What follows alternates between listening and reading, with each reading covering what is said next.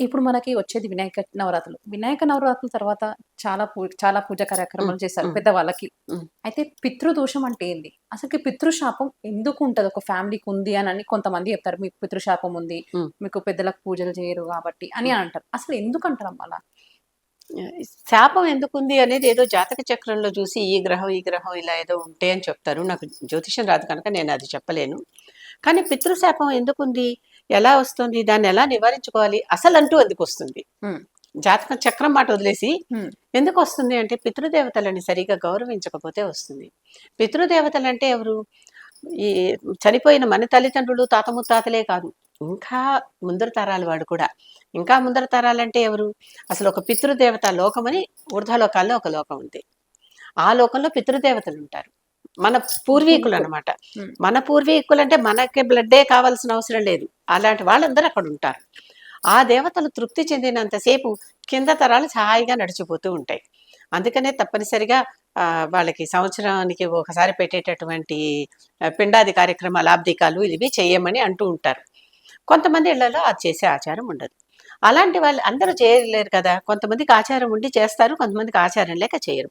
అలాంటి వాళ్ళకి కూడా అంటే కొంతమందికసలు ఈ లెక్క పెట్టుకోవటం తెలియని వాళ్ళకి, అది ఏ రోజో ఏమిటో కూడా తెలియని వాళ్ళకి, ఈ భాద్రపద మాసంలో వచ్చేటటువంటి పితృపక్షం. పితృపక్షాలున్నాయి గదా! హ్మ్. అవి చాలా ఉపయోగకరమైనవి. ఎందుకని? ఏమీ తెలియకపోయినా సరే, ఆ రోజుల్లో మీ పెద్దవాళ్ళకి పెట్టండి.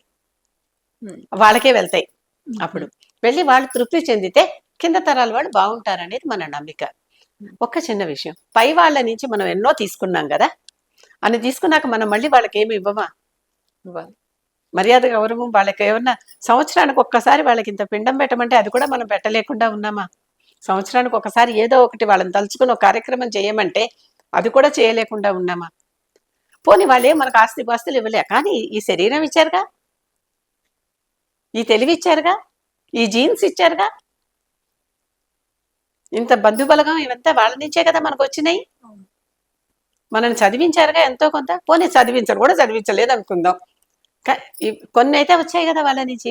కనుక వాళ్ళని ఎప్పుడు కూడా అనాదరిస్తే, వాళ్ళని తక్కువగా చూస్తే తప్పనిసరిగా శాపం. ఎవరికైనా అనుకోమా? మన వాళ్ళు మర్యాద చేయలేదు అని తక్కువగా చూడమా వాళ్ళని? హ్మ్. కోపం రాదా మనకి వాళ్ళ మీద?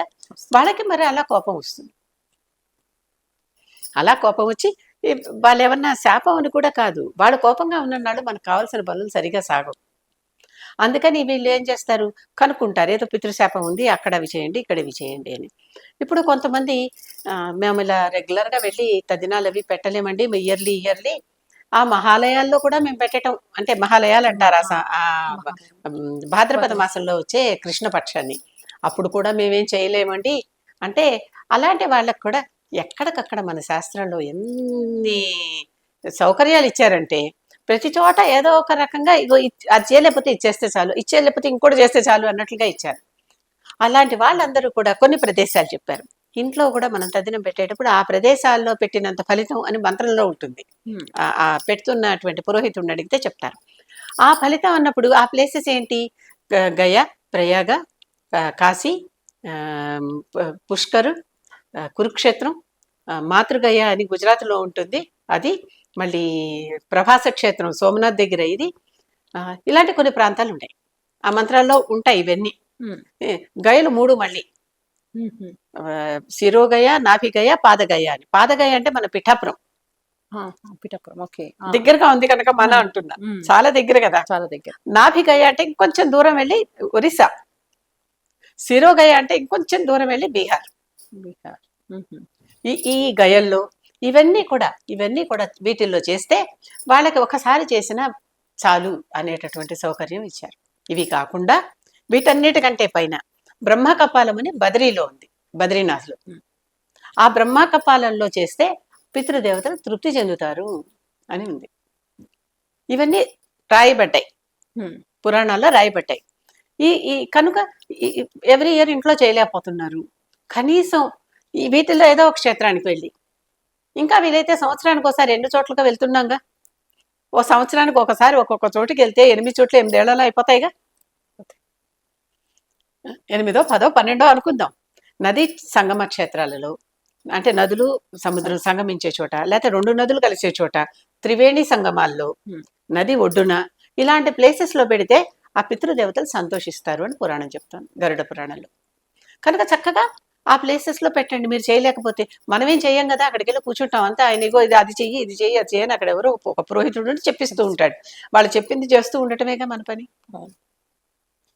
ఇక్కడ మనకేదో తెలిసి మనం ఏదో చేయాల్సినటువంటి కష్టం కూడా లేదు.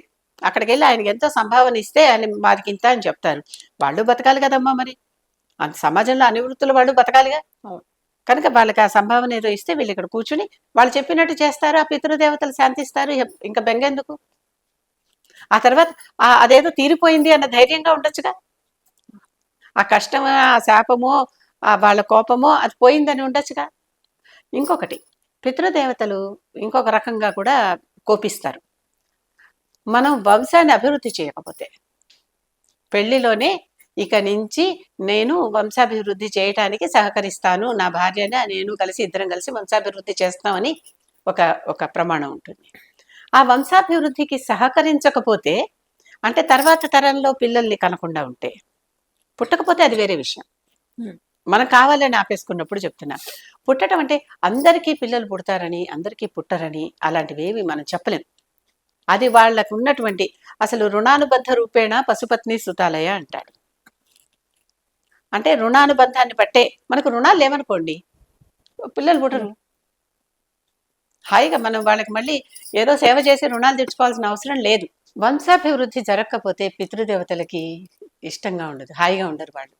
ఎందుకంటే మామూలుగా తద్దినం పెట్టే ఆచారం ఉన్న దాంట్లో వంశంలో ఉన్నాను కనుక చెప్తున్నాను. 3 తరాల వరకు పెడతాం. ఇప్పుడు తండ్రి, తాత, ముత్తాత పెడుతున్న వాళ్ళకి, ఎవరైతే వాళ్ళకి. అలాగే తల్లి, నాయనమ్మ, వాళ్ళ అత్తగారు, ఇటు ఇలాగనమాట. ఈ వరుస ఉంటుంది. ఈ వరుస ఉన్నప్పుడు ఇప్పుడు కొత్తగా వీళ్ళు ఇంకోటి చేరితే ఆ పై వాళ్ళకి పైలోకానికి ప్రమోషన్ వచ్చేస్తుంది. అర్థమవుతుందా? ఎప్పుడు ముగ్గురికి కదా. ఇప్పుడు కొత్తగా ఇంకోరు ఇక్కడికి వచ్చారనుకో, ఆ 3వ వాళ్ళు 4 అయిపోతారు, వాళ్ళు పైకి వెళ్ళిపోతారు.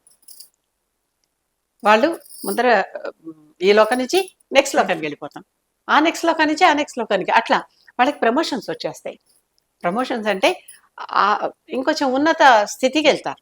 మరి వాళ్ళు ఉన్నత స్థితికి వెళ్ళాలంటే ఇక్కడ మరి పిల్లలు పుట్టి వీళ్ళు వస్తూ ఉంటేనే కదా వెళ్తారు. లేకపోతే ఎలా కదులుతుంది? పైకి చక్రం ఎలా కదులుతుంది? సైకిల్ వంశ చక్రం కదలాలి కదా. కనుక తప్పనిసరిగా మనం తర్వాత వంశానికి కావలసినటువంటి వంశ వారసుడిని ఇస్తేనే. వారసుడు అంటే కొంతమంది పుత్రుడేనా, పుత్రిక కాదా అనే మాటలు కూడా బాగా వస్తున్నాయి ఈ రోజుల్లో. పుత్రిక కూడా వారసురాలే, పుత్రిక కూడా వారసురాలే. కాకపోతే స్త్రీకి పురుషుడికి ఒక భేదం ఉంది. స్త్రీ పుట్టుక వైపు పనులన్నీ చేస్తే పురుషుడు మరణం వైపు పనులన్నీ చేస్తాడు. ఒక విభజన. అలాగని స్త్రీ ఇది చేయకూడదా అని లేదు ఎక్కడ. స్త్రీ కూడా ఇది చేయొచ్చు, పురుషుడు మాత్రం అది చేయలేడు. జనన కార్యక్రమం పురుషుడు చేయలేడు. అంటే కడుపులో మొయటం కానీ, కనటం కానీ, పాలిచ్చి పెంచటం కానీ పురుషుడు చేయలేడు. బాటిల్ పాలు వేరే విషయం అనుకో, అది ఎవరైనా పెడతారు, అది పురుషుడు చేయలేడు. కానీ స్త్రీ కూడా ఈ కార్యక్రమాలన్నీ, పురుషుడు చేసేటటువంటి కార్యక్రమాలన్నీ కూడా స్త్రీ కూడా చేయొచ్చు. ఎప్పుడు? అక్కడ ఇంకొకరు మనకి చేసేవాళ్ళు ఎవరు లేనప్పుడు అప్పుడు చేయొచ్చు. లేదా చేస్తే ఆ పని చేసేవాళ్ళు వాళ్ళు కనుక వాళ్ళకి అప్పచెప్తాం అనమాట, అంతే. అలా కాదు, అసలు పక్కన ఎవరూ లేరు. బ్రహ్మకపాలంలో స్వయంగా నేను అక్కడ ఉన్న పండితుడితోనే మాట్లాడి చెప్తున్నా ఈ పని, ఈ మాట. స్త్రీ కూడా చక్కగా వచ్చి అన్ని రకాలుగా పితృకార్యాలు చేయవచ్చును, ఏమీ దోషం లేదు. మరి వాళ్ళకి ఒక ఆడపిల్లే ఉంది. ఒకవేళ ఆడపిల్ల కొడుకులుంటే వాళ్ళ ద్వారా కూడా చేయించవచ్చు. స్త్రీ ఉంటే ఏంటంటే ఒక జనరేషన్ తర్వాత కూడా జరుగుతున్నాయి మనకి. పురుషుడు ఈ జనరేషన్లో చేస్తే పుత్రుడు, పుత్రిక అయితే తనకి పుత్రికకి కొడుకులు ఉంటే వాళ్ళ పేరుతో చేస్తారు. అంటే ఇంకో జనరేషన్ ఎహెడ్ కూడా వీళ్ళకి ఈ కార్యక్రమాలన్నీ జరుగుతున్నాయి అని అర్థం. కనుక పుత్రుడా పుత్రిక అనేటటువంటి మాట లేదు, సంతానం మాత్రమే. ఆ సంతానం కలుగుతూ ఉంటే ఆ సంతానం వీళ్ళకి కార్యక్రమాలన్నీ చేస్తుంది. వాళ్ళు ఎప్పటికప్పుడు ఉద్ధరింపబడతారు. ఉద్ధరింపడం అంటే హయ్యర్ లెవెల్కి వెళ్తారు. అందుకని అలా వెళ్ళటం కోసం అని తప్పనిసరిగా పిల్లల్ని కూడా కనాలి. అంతేగాని మాకొకళ్ళే చాలు, అసలు వద్దు, మేము బాధ్యత వహించలేము. Why should we run away from our responsibilities? ఒక డ్యూటీ ఇచ్చినప్పుడు ఆ డ్యూటీ చేయాలి కదా, తప్పనిసరిగా. అది మనం మన బాధ్యత ఏంటి అనేది తెలుసుకుని ముందుకు నడవాలి. లేకపోతే అసలు అక్కడికక్కడ అన్నీ ఆగిపోవట్లా. కొంతమంది విపరీతంగా కనేసి కొంతమంది అస్సలు కనకుండా ఉంటే మొత్తం సృష్టి ఇంబ్యాలెన్స్ అయిపోవట్లా. ఎందుకు మన కళ్ళతో మనమే ఈ మధ్య చూస్తున్నాం. కొన్నేళ్ల క్రితం ఆడపిల్లలు వస్తే ఆడపిల్లలు పుట్టడం ఎందుకు అని ఫీటస్లోనే చంపేసేవారు. ఇప్పుడు ఆడపిల్లల సంఖ్య తగ్గిపోలా. ఈ మగ పిల్లలకు పెళ్లి చేసుకోవడానికి ఆడపిల్లేది దొరకట్లేదు. వీళ్ళొక్కళ్ళే పెంచితే సరిపోయిందా? లేదు. కనుక ఈ ఇంబ్యాలెన్స్ని ఎప్పుడు సృష్టి ఎప్పుడు తన ఇంబ్యాలెన్స్ చూసుకుంటుంది. Nature has its own balance అంటాం. నేచర్కి తన బ్యాలెన్స్ తనకి తెలుసు కనుక అక్కడ చేస్తుంది ఎలాగూ. కానీ మనం దానికి సహకరించాలి కదా. మనం సహకరించందే ఏమవుతుంది? మనం ఏం చెయ్యండి. మనం దానికి అడ్డం పడుతూ ఉంటే ప్రకృతి ఒకవైపు మనం ఒకవైపు వెళ్తే ఎప్పుడైనా డిసాస్టరే. అందుకే ప్రకృతి ప్రకోపించింది అంటారు. ఇది కనుక పితృశాపాలు ఎందుకు వస్తాయి? ఎందుకు వస్తాయి? మనం వాళ్ళకి చేయాల్సినటువంటి కార్యక్రమాలు చేయకపోవటం వల్ల. సంవత్సరానికి ఒక్కసారి అడిగేది, సరే సంవత్సరానికి నువ్వు చేయలేకపోతే ఎప్పుడన్నా ఒకసారి చేయి, ఇలాంటి చోటకి వెళ్ళి అన్నారు కదా. అది కూడా లేదు, ఇంట్లోనే ఉండి ఈ మహాలయాల్లో ఒక్కసారి చేయి అన్నారు కదా. మేము బయటకు కూడా వెళ్ళలేమండి, ఆ మాత్రం కూడా కష్టపడలేము, లేదా మాకు లీవులు దొరకవు, డబ్బులు లేవు, ఎన్నైనా చెప్పచ్చు కదా కారణాలు. ఎన్నైనా చెప్పచ్చు. కానీ ఇదే కారణాలు మనకు అవసరమైన వాటికి పనికిరావు. మళ్ళీ అప్పుడు మన పనులన్నీ చేస్తాం కదా. ఆఫీస్లో వాళ్ళు ట్యాగ్ వేసుకుని రమ్మంటే వేసుకుని వెళ్తున్నాం, నోరు మూసుకుని. మంగళసూత్రాలు వేసుకోవడానికి ఇబ్బంది వస్తుంది. అర్థమైందా? అదే మనం దాన్ని వద్దు అనుకుంటున్నాం కనుక చేయట్లేదు. వేసుకుంటే వస్తే వద్దనే వాళ్ళు ఎవరు ఉండరు. ఉంటే మనం ఎదురు తిరగచ్చు, మనకి స్వేచ్ఛ ఉందిగా. ఇది నా ఇష్టం, నేను ఇంతే దుస్తులు వేసుకుంటానని ఎలా అనగలుగుతున్నారు? నేను మంగళసూత్రాలు, మట్టిలు, నల్లపూసలు వేసుకునే వస్తాను.